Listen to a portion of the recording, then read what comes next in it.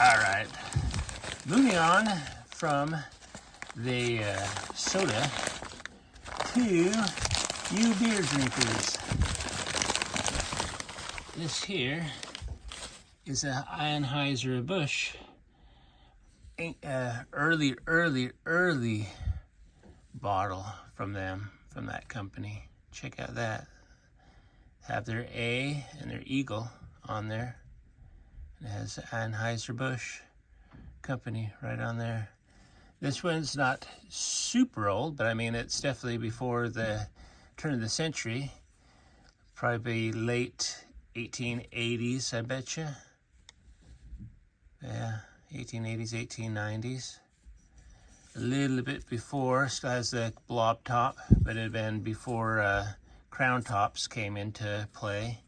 But yeah, if you were going to drink a beer back then, this is your Anheuser-Busch bottle that you would have had your beer in, right here. Cool.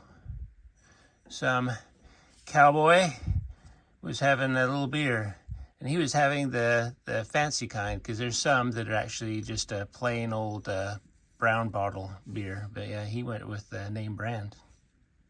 Cool. And this one would actually turn purple out in the sun too. All right, another one for you beer drinkers. You didn't want to have Anheuser-Busch. No, you wanted to have the Pabst Blue Ribbon.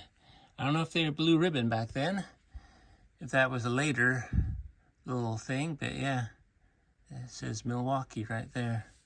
This is your early days beer. And it has right here, what does it say? The E.O. Jones Company, Youngstown, registered. Let's get a light on that one. That one seems like it has a lot of prettiness to it. Again, a blob top on there, right there. Not super old. I'd say like late 1800s is this bottle is, but still pretty. A pretty bottle. Yeah, cool. Another beer. All right, moving on from the soda to you beer drinkers. This here is a Anheuser-Busch early bottle from them, from that company. Check out that. Have their A and their eagle on there. It has Anheuser-Busch company right on there. This one's not super old, but I mean, it's definitely before the turn of the century. Probably late 1880s, I bet you. Yeah, 1880s, 1890s. A little bit before, still has the blob top, but it had been before crown tops came into play. But yeah, if you were going to drink a beer back then, this is your Anheuser-Busch bottle that you would have had your beer in, right here. Cool. Some cowboy was having a little beer, and he was having the fancy kind, because there's some that are actually just a plain old brown bottle beer. But yeah, he went with the name brand. Cool. And this one would actually turn purple out in the sun too. All right, another one for you beer drinkers. You didn't want to have Anheuser-Busch. No, you wanted to have the Pabst Blue Ribbon. I don't know if they were Blue Ribbon back then, if that was a later little thing, but yeah, it says Milwaukee right there. This is your early days beer. And it has right here, what does it say? The E.O. Jones Company, Youngstown, registered. Let's get a light on that one. That one seems like it has a lot of prettiness to it. Again, a blob top on there, right there. Not super old. I'd say like late 1800s is this bottle is, but still pretty. A pretty bottle. Yeah, cool. Another beer. All right, here is a fun one. This one is from the Civil War. This one is a hospital bottle. It says U.S. Hospital Department, Dept. Anyway, this one had been in the heat of the battle of the Civil War that this bottle would have been used. What type of ointment? Who knows? And who did it take care of? We don't know. What battle this was in? Again, all lost to history. But yeah, this is a bottle from the battle, and they would be the U.S. Hospital Department would be this would be their stuff. I had other bottles, however, that were bigger bottles that we ended up selling off a while back. But yeah, this one I still have. Pretty neat little bottle. Not exactly sure what medicine it would have been.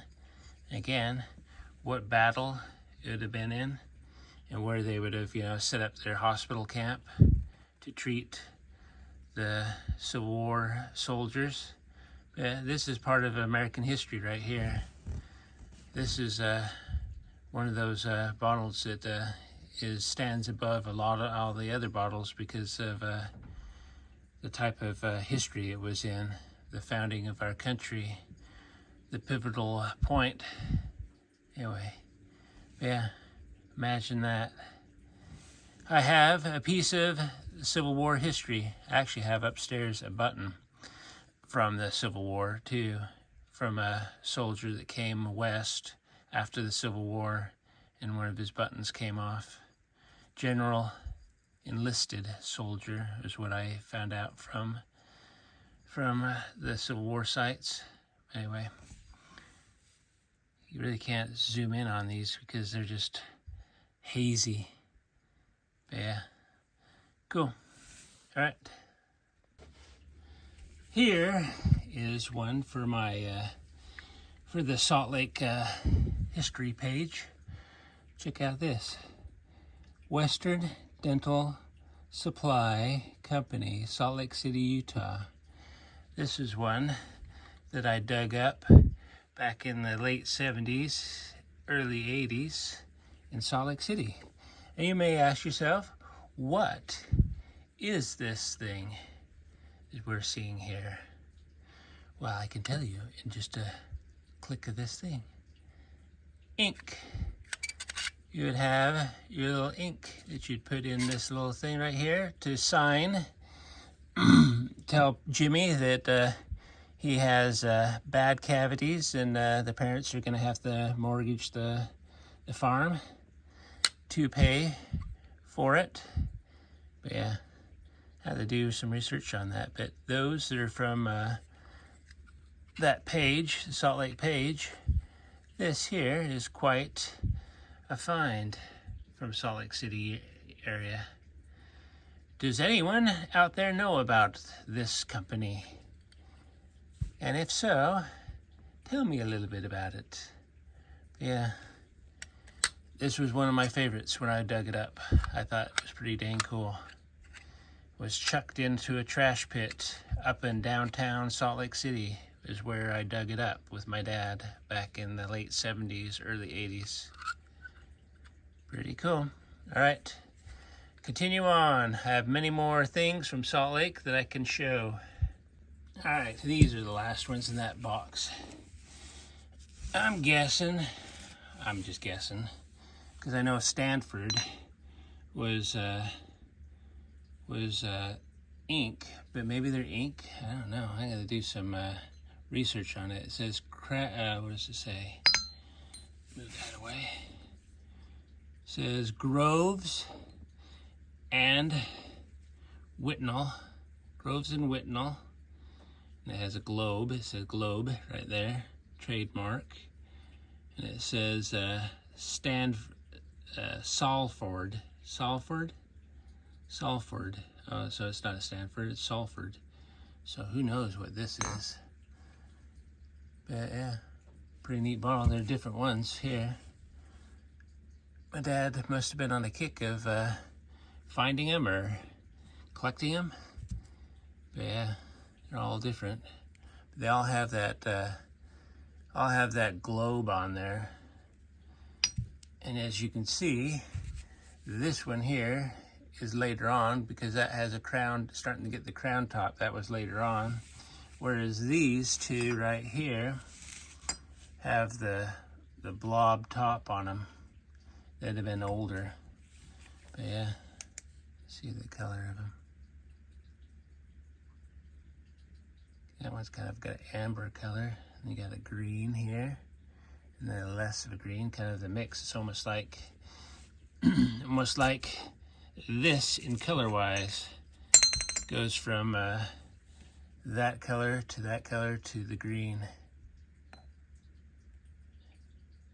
Got a neat bottle, so I can see why he kept them. All right, that's it for now.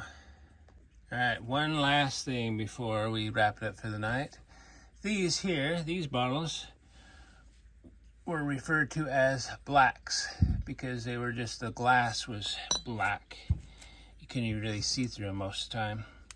Let's see if we can get, ooh, that's got pretty green. Let's check out that. Most of them are kind of like an amberish color, but they're so dark, the color is, that you can't even see through them. But yeah, that one is beautiful. Check out that. Again, they had the little lead, little topper type thing on there. A lot of your, champagnes had that on there too. They had actually a marking on them that sometimes you'd find. Check out that iron panel. They just push that in there. Hot iron, put it in, and they'd put that in there, the panel. And look all the stretch marks on that neck. Crude is what you call it. Crude bottle there. Check out a bigger one right here. This is a bigger one. And they come in different panels. See this like top panel right here? It's a couple of panel mold that these would come in. But they were all handmade.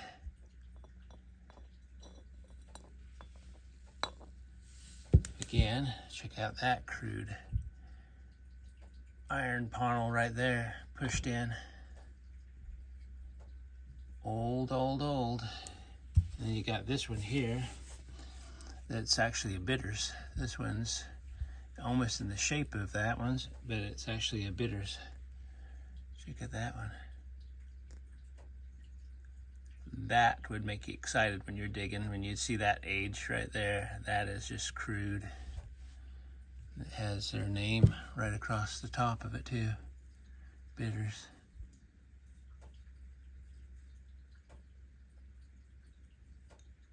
Fun, fun, fun. All right, I think that's it for, maybe there's one more. Let me, hold on. I remember digging this one up. The Electric brand bitters. Yeah, there's another bitters. You got H.E. Bucklein and Company, Chicago, Illinois. Yeah, I dug this one up. I remember Electric brand bitters. Not exactly sure where I found it, but yeah, that was a good day. That was fun. Again, that's an off-brand, you know, the bitters is not, but Electric brand, yeah, that's something unique. We always like bitters. Bitters were always a good thing when you found them. All right, we shall continue on. Looky here, we got a Reno bottle. Yeah. I remember going out and digging in Reno with my dad. I found a token out there. But yeah, he must have dug this out in Reno. Reno Brewing Company, Reno, Nevada. Again, a blob top, as we've learned. Yeah. Kind of a nondescript, but kind of a cool bottle. Reno. Here's the Reno. All right, you want to see in all those westerns. I gotta put these away. I put my dishes away. Excuse me. In those westerns where you go into the bar, the saloons, that have their finest liquor up on the shelves. These are the fancy ones. These are the really high class. Because check out that top on there. They weren't messing around. I don't even know if I can take that off. But yeah, check out this thing. What does it say? Keller Strass Distilling. Registered distillers. Kansas City, USA. That one is already turning purple. But how beautiful is that one? That one would have been the high class. This would have been the stuff you go up there and you go, I want some of your best liquor you got. And they'd pull that off that shelf and they'd fill it up.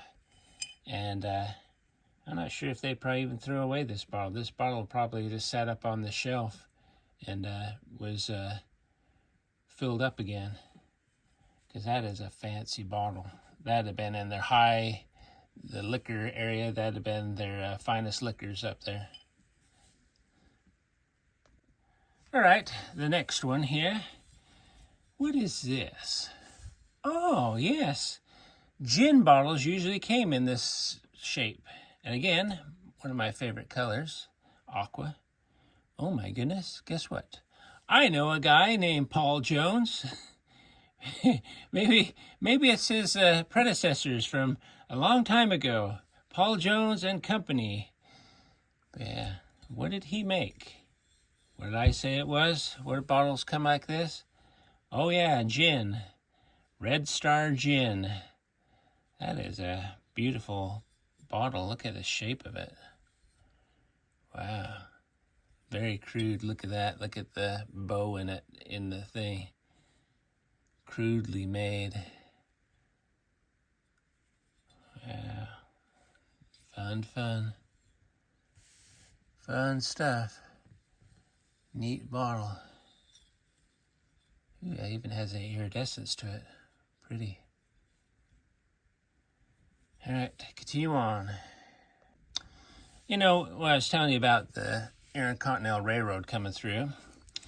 In all these like places where they had the little Chinese internment camp, or, well, not internment, they were there, but they were working.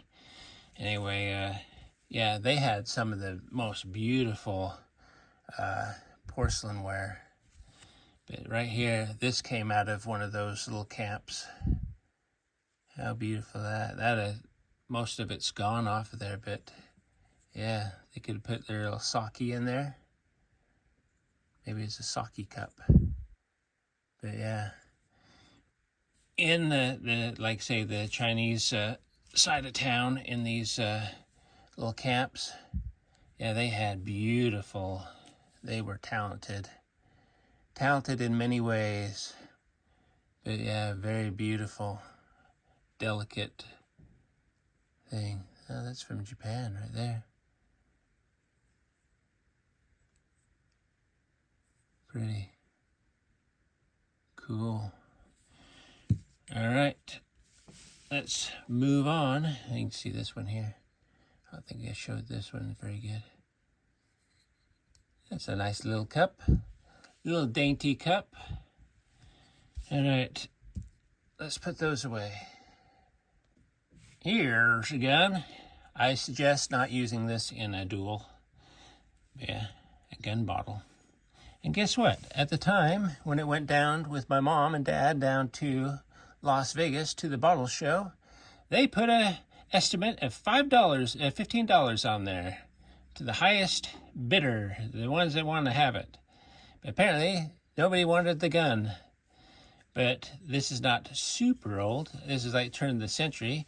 And the reason why I know, and I'll give you a little lesson too, a lot of like the late 1800s, and they started going to the 1900s, they'd grind, see this right here, ground lip. That was indicative of like just before you went from 1800s to the 1900s, they'd have a ground lip on stuff. Like there's actually food jars that have it and different other bottles. But yeah, right there, ground lip. But it is a little gun. Who knows what this was? You go, hey, bartender, give me a shot of whatever you've got. And then guess what? He pulls out the gun. And then you hear, wah, wah, wah. I wonder if the people that made this thought that through. Hey, you know what? You want a shot of something? Let's put it in a gun. And then you pull it out and go, here's your shot. Bap, bap, bap. Well, let's put that gun away safely. Let me introduce you to a little thing. And do you know what this little bottle was for? Does anyone want to take a guess? Go ahead, take a guess. What does it look like, kind of look like to you? Well, and look how crude it is. Look how crude that thing is, how it was made. This is an old bottle. They actually have them back east. And during the Civil War, you would have one of these. At least somebody would have one. And guess what you would do?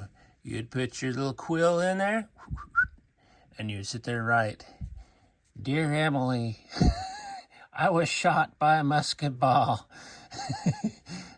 This here is a umbrella ink.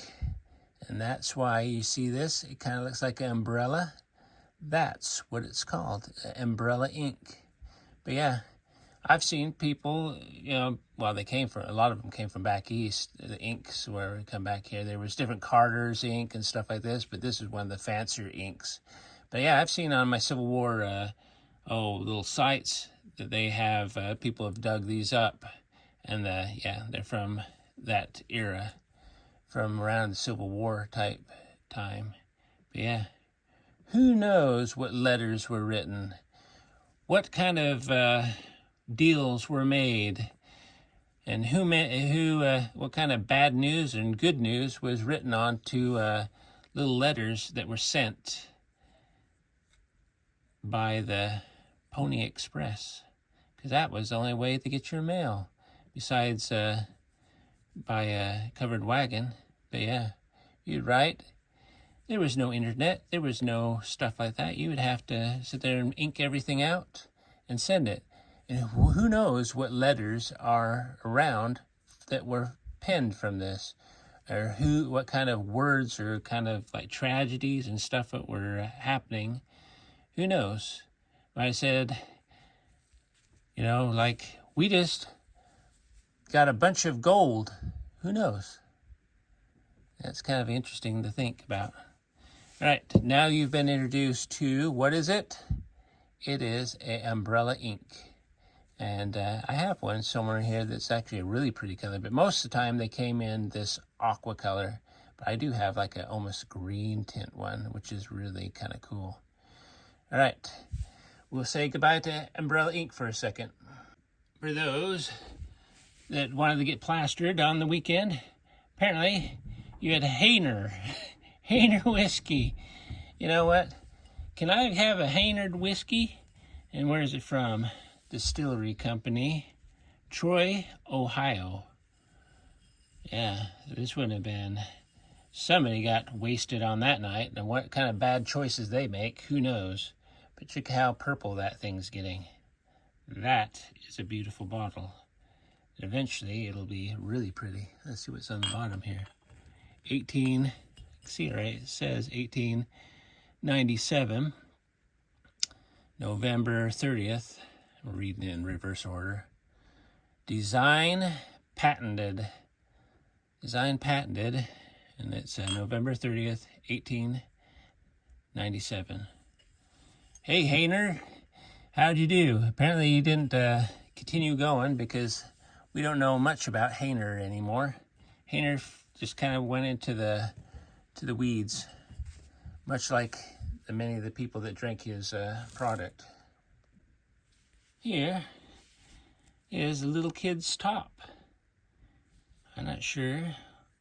It had to have been after the turn of the century because this is kind of a plasticky thing, so probably maybe 30s, 40s, maybe a little bit older. But yeah, you'd not sure how these worked, but they'd spin on there. You put a string or a little stick in there, and you'd spin it, and it'd just like go like this. This is what kids did because we did not have, or they did not have Xboxes or any of that stuff. They played with rudimentary toys, and this would have been hours of enjoyment and fun right here. A little top, a red top, it looks like it was at one time. And all the paint's coming off of it. Cool. Here is another beer. This is a Stoneware beer. And yeah, I remember finding a couple of these. But yeah, a lot of your food jars and stuff would be made like this, glazed type this thing. But this one is actually a beer, and usually they come from over across the pond in England. And they'd usually have a maker mark on them. In fact, right there maybe is one, but it's very faint. Can't really make it out. But usually they have like a little mark on them that tells exactly where they come from, England, where most of these came from. But yeah, Stoneware bitters, or not bitters, beer. A different beer. Up here is another Jamaica Ginger, but in a different format. These ones, actually, the bottle like this shape would have been usually medicine bottles that came in this shape. But this one says Sanford's Jamaica Ginger, the quintessence of Jamaica Ginger. What does it say here? Aromatics and French brandy, registered 1876. And then we got here, what does it say? Like Putter Drug and Chemical Company. Putter, huh? Hey, Putter. We got Massachusetts. Where is it? I can't read that. Can you read it? Oh, Boston. Oh, there you go. Boston, Massachusetts. That's what it says on there, Boston, Massachusetts. So Jamaica Ginger from Boston, Massachusetts. And yeah, from the, I want to say it's Potter. Maybe it's Potter. It looks like Pooter. Pooter Drug and Chemical Company. All right. Jamaica Ginger, another style. This was after the turn of the century. But check out this. Charlie Chaplin. This would have been, my guess, would have been an ink little well that you'd put your ink in there. And yeah, next to a little barrel. That's a little Charlie Chaplin guy right there. This would have been probably a little marketing piece for him. Who knows, maybe the very beginning days when they were trying to market him, or when he became very famous. But yeah, that's what my guess is. This sat on somebody's little desk, and they'd put their quill ink little thing in there and be able to sit there and write, and they'd dab it in there to get more ink.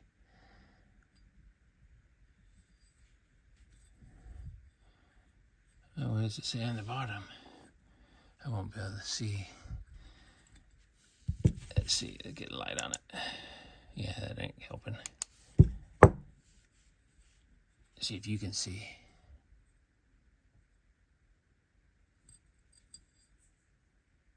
Looks like it says patent. Patent something. Let's see what the other thing says. Yeah, I'm not gonna be able to see it. All right, Charlie Chaplin, thanks for coming to visit. Now you're going back into the box. Another version of the Jamaica Ginger. Check out this one. And it looks like it's from a different maker. McMullen and Kester's. McMullen and Kester's Essence of Jamaica Ginger. Oh, this one didn't float over the sea. This one was actually made in America. That is a cool bottle. This one was made in San Francisco, right there at the bottom. You can see SF, San Francisco. One of the San Francisco bottling companies right there. Wow, that's too bad it has the little break in it right there. But yeah, that is beautiful. What does it say on the back? It says something on the back. Can't quite make it out. It's so crude. It's got San Francisco right there too, though. Wow, that is cool. Cool, cool, cool. Again, another the color I liked. I like aqua colored ones the most. But yeah, check out this one. This one was always a fun one to find. It was a Jamaica Ginger, Essence of Jamaica Ginger. What does it say? De Collins? I can't call this. De Collis Brown. Essence of Jamaica Ginger. And it has number 55. Marquee, London. Haymarket, London. Yeah. Oh no, Haymarket. Oh, that's what it says. Haymarket, because there's T right here. Haymarket, London. So this one had gone across the ocean too. But yeah, that is a beautiful bottle. Again, this one's an old one.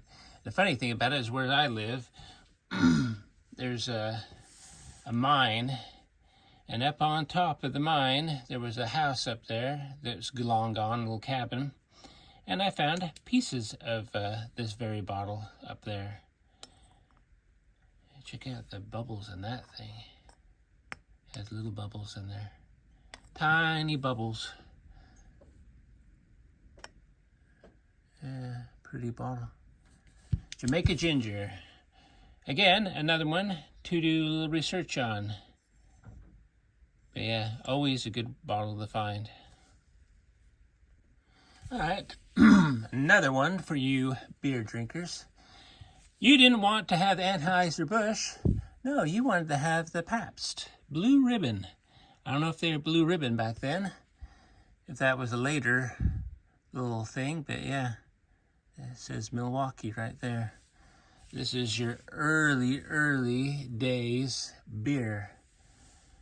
And it has right here, what does it say?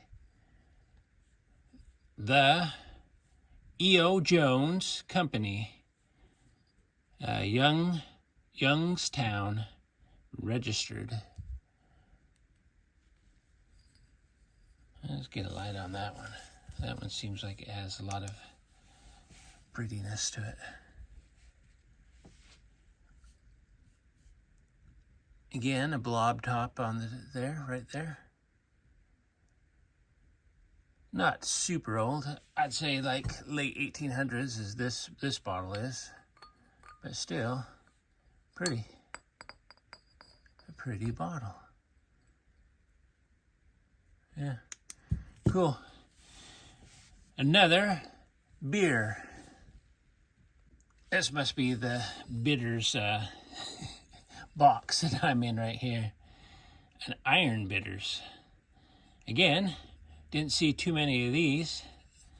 At least when I was digging with my dad, there wasn't a lot of these type thing.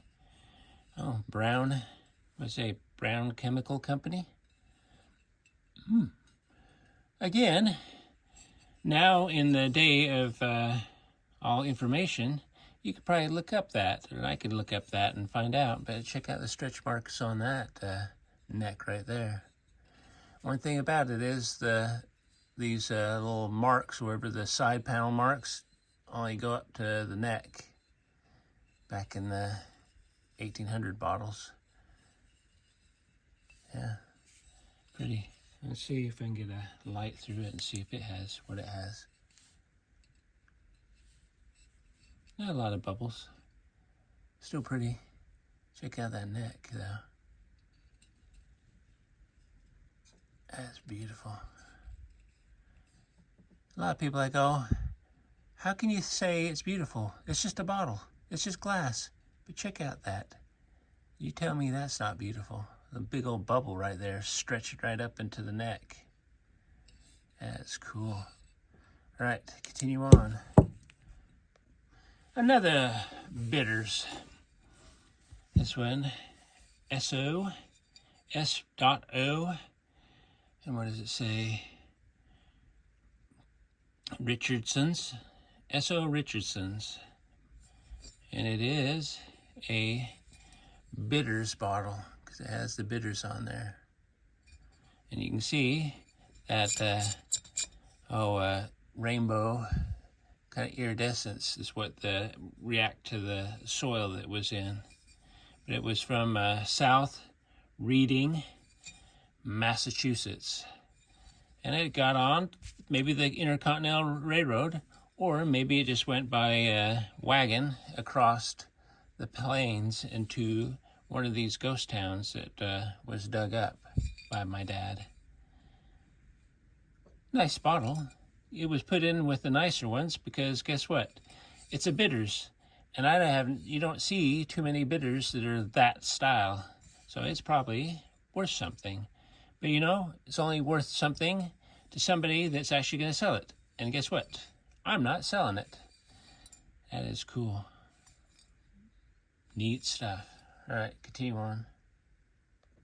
This one is a no-namer, but they called them side panel, where they had the flasks would have that on it. This is not an oval one, but I remember finding this one out of the ghost town, and it is, you can see right here where they just applied the iron to it, but this is all handmade. Check out how crude that top is right there, applied on there. Everything was a one-of bottle. And the funny thing about it is back in the late 70s when I was a kid and I'd go out with my dad, there would be some bottles that would be on top of the ground. This was in a trash dump.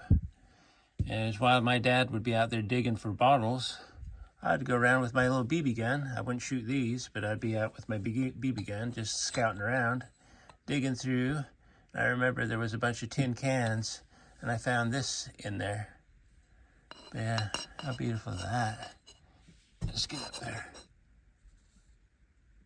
It is crude. It's got like really wavy. If you look at the neck too, you can see the stretch marks on the neck right there. That is crude, crude, crude. Old, old, old. This one was I think one of the, if it wasn't one of the railroad towns in Nevada, you know, where the Intercontinental Railroad came through, it was somewhere by it where we found this, because that's what we were doing up there. Back in the late 70s. Beautiful. All right, continue on. All right, you want to know what your ketchup came in. Pretty much looked like this. I'm not sure if this was exactly a ketchup, but I know most of the ketchups look like this. This does say, right up here, it says Curtis Brothers Preservatives, Rochester, New York. And this one's actually turning purple too. But this one's later on, because you know why? That's why. But it's an early one. Let's check out how crude that is. This is very beginning days of screw tops, where they're like trying to figure it out. But yeah, that is definitely early on screw top right there. And then eventually they went to, well, the full-on screw tops, but then they also went to crown tops. Yeah, this has been ketchup or some type of condiment that you'd put on that nasty boar that you killed. Yeah, pretty cool. All right, let's move on. Let's see what's on the bottom. Just some letters. All right, continue on, we shall. Oh, here's a pretty one. Check out the color of that thing. That one says Heterogate, bottled at the Royal Pump Room. I'm sure this sailed across the seas from over Wells. I'm not sure where Wells is. Is that somewhere in England? Wells, England? But this one's definitely needs a light. It doesn't show as good. Go sideways. Ooh, pretty. That's definitely a pretty bottle. Pretty color. Emerald. I'm not sure exactly what this was. What kind of stuff was in it.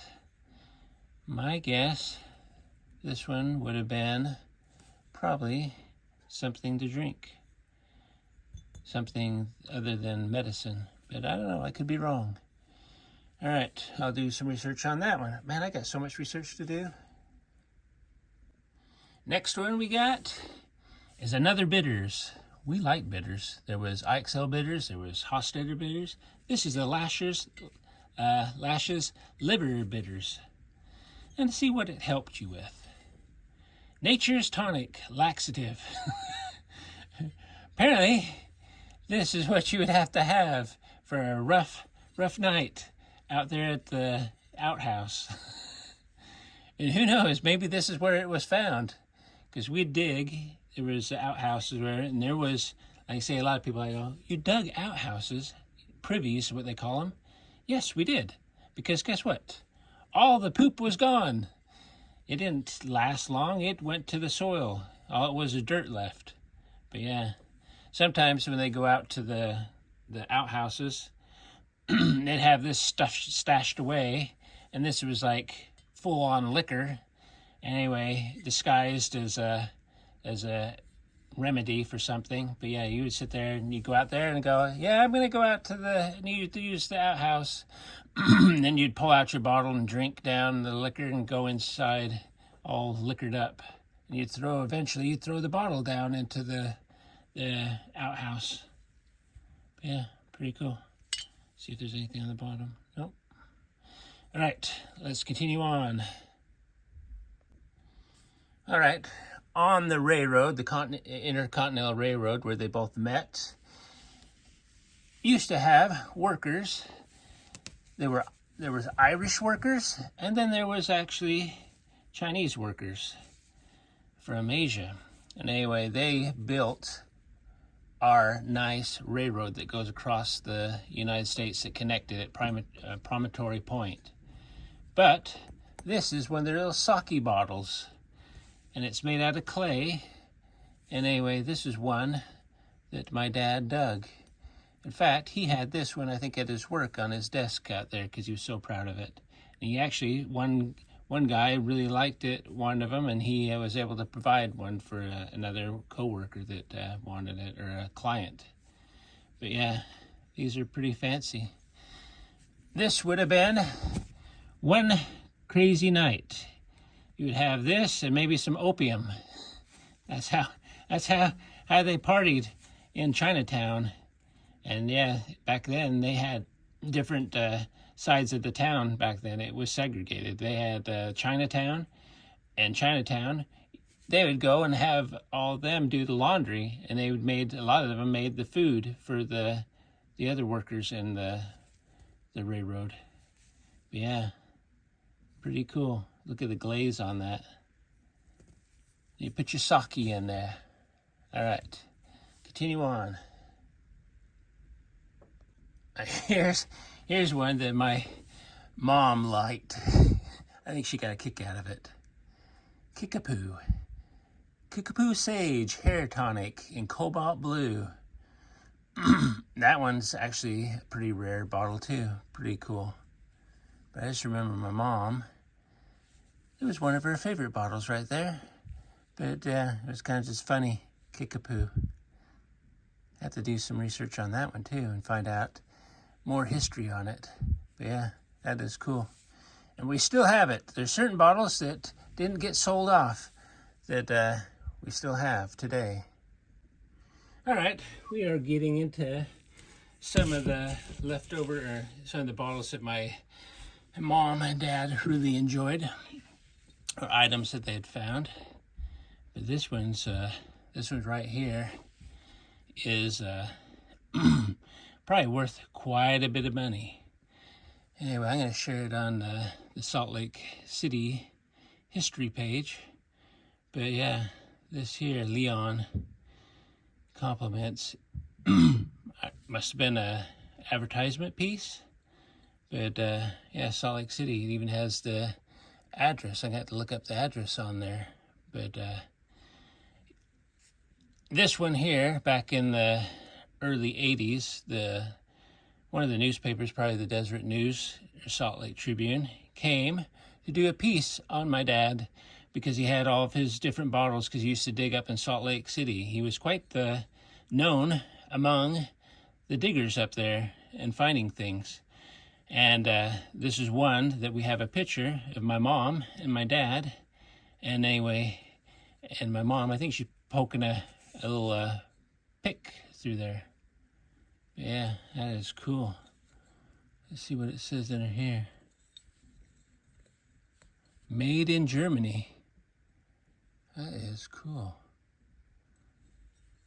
Yeah, made in Germany for a place in Salt Lake City. You had to have big bucks back then. But yeah, kind of interesting though. You go to pour it, it's got so many little holes all the way around everything. It's like, I wonder if it's a little gag thing, you know, because you can't really be able to pour your beer or whatever it might have been in it. But yeah, check out that little boat on there. A little glazed cobalt blue. Huh, funny. Yeah, from Germany. Even has a little maker's mark. I bet that thing is worth quite a bit of money now. That is a collector's piece right there. All right, we'll be very careful with this and put it back into the box where it came from. One more bottle to this box I found right here. Was it Herr's Eagle Gin? I wonder if only ladies got to drink this gin. Herr's Eagle Gin, huh? Let's see where it's from. Oh, here, flip it around. The Willow Springs Distillery Company, Oklahoma, Nebraska. Yeah, this one. I might have to put this in the window. This would actually turn super purple. It's already got, I wonder if I can see the purple starting to, you can see the purple starting to already form on it. Look at it. It's not quite there, but yeah, that is definitely turning, this would turn a nice, really pretty purple. This would be a beautiful bottle. Yeah, gin. Shipped out from, what did it say, Oklahoma, Nebraska? Yeah, cool. Oh, look. At one time, They were trying to sell it for $137. So that is probably, as far as price-wise, it's gone up quite a bit probably by now. That was back when they put that on there. They'd go down to, my dad would go, and Sean and Charles and my mom would go down to the bottle show. They had a bottle show down in Vegas. And every year they'd go down there because they did not have the internet to be able to sell the bottles. So they'd go down there and they'd have a little table and they'd be able to display their bottles and sell them. And some of them actually went for thousands of dollars. All right, let's continue on. Now we're going to see a bottle that I love. These bottles. For some reason, I just loved them. Normally they have like a little star on the bottom, but this one does not have a star on it. And this would have been, again, this would have been some type of condiment for your food that would have been there. And this one has, what does it have on here? G. Vennard. G. Vennard. And that's the San Francisco bottle right here. Again, aqua color. Beautiful. This was a nice bottle. Like as a kid, like I say, I just love these bottles. I've got a few. I have to show you when I find one that has the star underneath that's really crude. This one's actually made pretty good. Not super crude. You can look at the top. It's a little bit, it kind of has the little drip marks, but these guys did a great job making this bottle. All right, continue on. Yeah, I feel a different bottle. This one's like squared off. Let's take a look at it. Ah, we dug a few of these. These were actually pretty cool to find too. It's Hostetter's Bitters, Stomach's Bitters. For those stomach pains that you kind of disguised in just wanting to get liquored up, apparently, because that's pretty much what medicine back then was that yeah, they just put a bunch of alcohol in stuff and they called it good. At least you slept through the night with your kidney pain or your stomach pain. But yeah, wonder what cowboy had too much to eat or something that was not right, which would have been everything that they ate, because everything they ate was pretty much spoiled probably, and they had to have the stomach bitters. Yeah, this one's a cool one. This one here, let's see, show you, kind of an amber color. Really quite beautiful. This one's not as bubbly as some of them, but yeah. And they put, as you can see at the top, they put this like, almost like a lead, like liner that would have been capped the top with their cork in there. Yeah, I'll have to do a little research on that one too. I've never really, I just know that we dug a lot of them. Well, not a lot, but when we did dig them, they were like pretty cool. But yeah, Hostetter Bitters, very nice bottle. All right, moving on from the soda to you beer drinkers. This here is a Anheuser-Busch early bottle from them, from that company. Check out that. Have their A and their eagle on there. It has Anheuser-Busch company right on there. This one's not super old, but I mean, it's definitely before the turn of the century. Probably late 1880s, I bet you. Yeah, 1880s, 1890s. A little bit before, still has the blob top, but it had been before crown tops came into play. But yeah, if you were going to drink a beer back then, this is your Anheuser-Busch bottle that you would have had your beer in, right here. Cool. Some cowboy was having a little beer, and he was having the fancy kind, because there's some that are actually just a plain old brown bottle beer. But yeah, he went with the name brand. Cool. And this one would actually turn purple out in the sun too. Again, this feels like another soda. And it is. Although this one's a really clean bottle. Look at it. That's how those other bottles would have been. This clean. I love that color. Kind of an aqua color. Look how pretty that is. That is a pretty bottle. And they've got all their information right at the bottom. Right. Can you see it? Right there. And this one looks like it's from Denver, Colorado. Denver Bottling Works. CB for their company. Kaiser, is that what it says? It says Geyser. Oh, that's what it is. A G, not a C. Geyser Brothers. Yeah, I had to do research on that one too. That is pretty cool. All right, continue on. All right, our next one right here. Let's turn off our light. What is it? I don't know. It usually, I don't know, this could be, I mean, sometimes these type of tops or whatever would have been, most of them are medicines. But this one almost looks like a shaving cream or some type of beauty product, maybe. I don't know. That's cool. San Francisco too.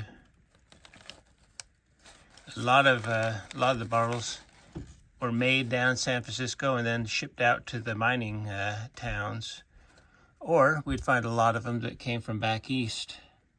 But yeah, this one here, if this sat out in the sun, this would turn a purple. And look at it; it's got some bubbles in it. It was hand blown. Hand blown, probably into a mold to get that thing on there. All right, cool. Let's continue on. All right, now we're getting into the cool bottles. My dad had so many of these bottles, but towards the end of his life, he ended up selling a lot of them. But this is a whiskey. Isn't that cool? It has a trademark up here with some antlers. What is it? GH Moore Bourbon. That is cool. St. Louis, Kentucky. More. And you know what? Back in the 70s, when they had CB radios, my dad's handle was Soul Agent. And guess where he got Soul Agent from? From this thing here. That is cool. All right, I can't even get everything in the thing. It's so big. Let's see, let's get a light on that. That is fantastic. That is a whiskey. That's what whiskeys look like.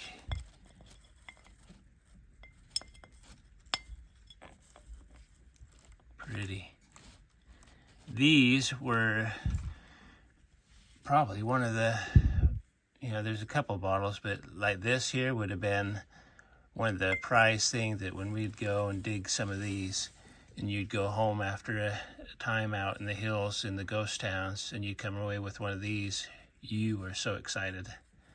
And they're actually worth quite a bit, thousands of dollars. Yeah, pretty. Let's see what's on the bottom. Some of them have stars on the bottom. This one doesn't have a star. Yeah. I'm glad to see that we got to be able to keep one of them, because like say he had tons of them and ended up selling some to some collectors towards the end of his life. But yeah, cool. All right, continue on. Again, with our theme of sodas, here's another one. Another Den Halter. and Sons from Salt Lake City, Utah. Another blob top. That one looks like it got a chip on it. But nonetheless, it was fun to keep because they're just neat little bottles. All right, we've already talked about this. Maybe we'll do some research on it and find out about the Denhalter and all the history behind it. All right, continue on. All right, I've got my light. Check out this.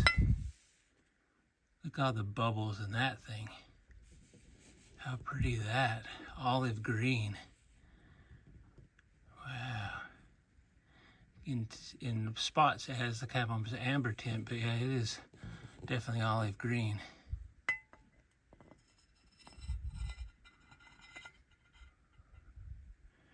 Fancy, fancy.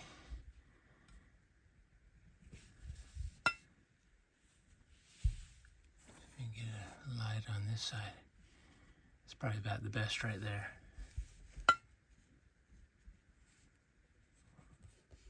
Pretty.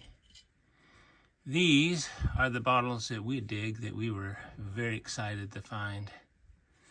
It's too bad. I don't know if these ones actually had any writing on them. I think they were pretty much slick paneled on the sides, but cool. All right, continue on, we shall. This one is a Big Mama. Oh, cool. Look at that. It's so huge that we gotta move back. That is cool. Can't remember what they called this, but I think it was like, this was pretty hard liquor that was in here. But see how, look at the look at the marks on the thing. This is all handmade, hand blown and hand stretched. And look at all that little stretch marks, and like where they're using their tools to make this level it out. Let's see what's under the bottom. Well, that's cool. That is what we call crude work. This was not machine made. No, far from machine made. Look how crude the top is. The top is applied, and it's, yeah, don't get cruder than that. That guy must have been lazy on the job that day. He's like going, hey, we got a quota. We got to get so many of these bottles out. Don't take your time in actually making that all nice. But you know what? I like it just the same because it's like unique. Each bottle is unique. See, look at the stretch right here, the glass, the stretch marks on the neck of that bottle. Yeah, when we dig these up, oh, it was a good day to see a bottle like this. And to put it in the, I wish I had my little light, I had put it behind it. You could see how pretty this is. It's like, well, you can kind of see through it a little bit. Maybe I'll go upstairs and get me my light and bring it down here so I can shine it through here. All right, stand on. I have a feeling we are stuck in the soda area of the department store. I can feel it. There's another blob top. And this one's a little bit later. Still not turn of the century. But yeah, it's the Denhalter. Another Hutch soda from Salt Lake City, Utah. You can see right there, Salt Lake City. Yeah, we dig a bunch of these up in Salt Lake. And sodas were always a fun one to find, especially blob top ones and their Hutches. But yeah, that is a cool one. Okay, here's your close-up. Enjoy. All right, continue on, we shall. Looks like a 10. I'm not sure what 10 had to do with it, but yeah, it's kind of cool. It has its maker too underneath it. All right, let's continue on. All right, what is our next one here? Ooh, it feels like a flask. Oh, that is cool. This is one of those presidential commemorative flasks. Look how cool that is. It has an eagle on it. This was worth keeping, even with the top knocked off of it. because we did not dig very many of these. You find these more back east, but yeah, this would have been a really nice bottle if it would have had this top on it. But you know what? It's still pretty cool. Look at that eagle on there. Carrying like a ribbon or something, flying in the air with a shield. Some of these actually have, like George Washington has presidential figures on it, but this one looks like they're just shaking hands. Not sure exactly what they're shaking hands over, but they are shaking hands. It has a little wreath around it. That's cool, and stars up above. Fancy. Nice. That's an old. That one's like early 1800s, might have up to about 1870, but not beyond that. Cool. All right, let's continue on, shall we? Our next contestant is this one. Let's take a look and see what's inside. Oh, this is a nice bottle. This is actually, let's see if I can focus in on it. I don't really want to focus too good. But it's, where are we at? It's a medicine bottle is what it is. And yeah, this thing here, this is quite a collector's piece. It's from Salt Lake City too, Utah. But I just remember a lot of people wanted this bottle. This is a pretty expensive little bottle here in value-wise. But yeah, pretty cool. It has a little sun on it. Not sure what VTR is, but we'll have to do some research on that and figure out what it is. But yeah, that's another Salt Lake City bottle. Pretty fancy. Do a slow turn on it. But yeah, that'd have been a medicine. Most medicine bottles looked exactly like this. And again, had a stopper in it, a little cork. We are not turn of the century and beyond. We are still in the 1800s with these bottles. All right, continue on, we will. All right, our next contestant is this one here. Let's unwrap it and see what it is. All these, like I say, are from the 1800s. They're not turn of the century. All right, what do we got here? Let's see. I can't read it from here, from my angle. M-A, what is it? You probably could read it. Anyway, Pickling Company.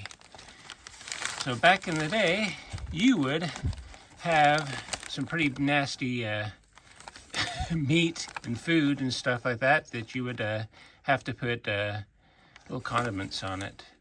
And this was a picklings. I doubt it was like pickles like what we have, where they're actually whole. I bet you they minced them.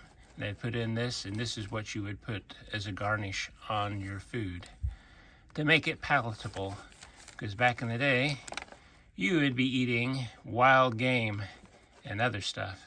But yeah, this is a little pickle bottle. And they made, this was a pretty tame one. They made some really fancy one I'll show you later on. Cathedral pickles. But yeah, this is just a kind of an average day pickle right here. Pretty nice though. Right, let's move on. All right, continuing in the line, I can already feel that this is probably another soda. Let's see what kind of soda it is from the 1800s. All right, what do we got here? T. Parsons, Salt Lake City, Utah. Again, you have the blob top.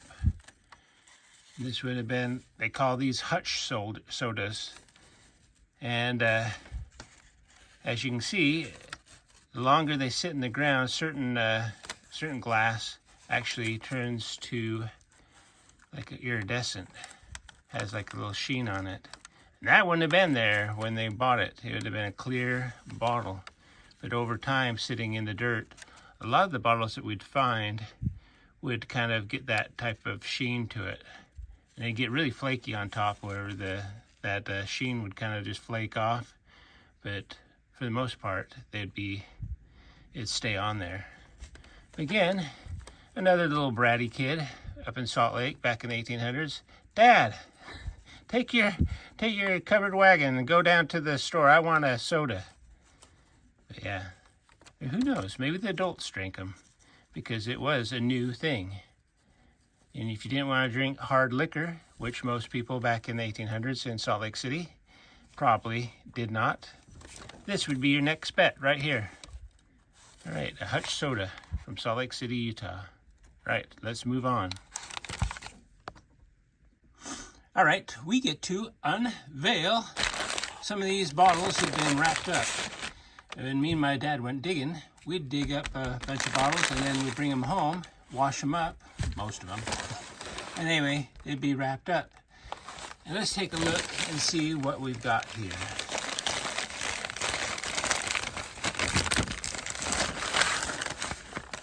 We've got this one right here. This one is Denhalters and Denhalter and Company. This is Salt Lake City, Utah. This, back in the day, would be how you got your soda fix. They didn't come in the bottles you see nowadays. They had what's called a blob top right here. And it had, like right here, this little wire thing.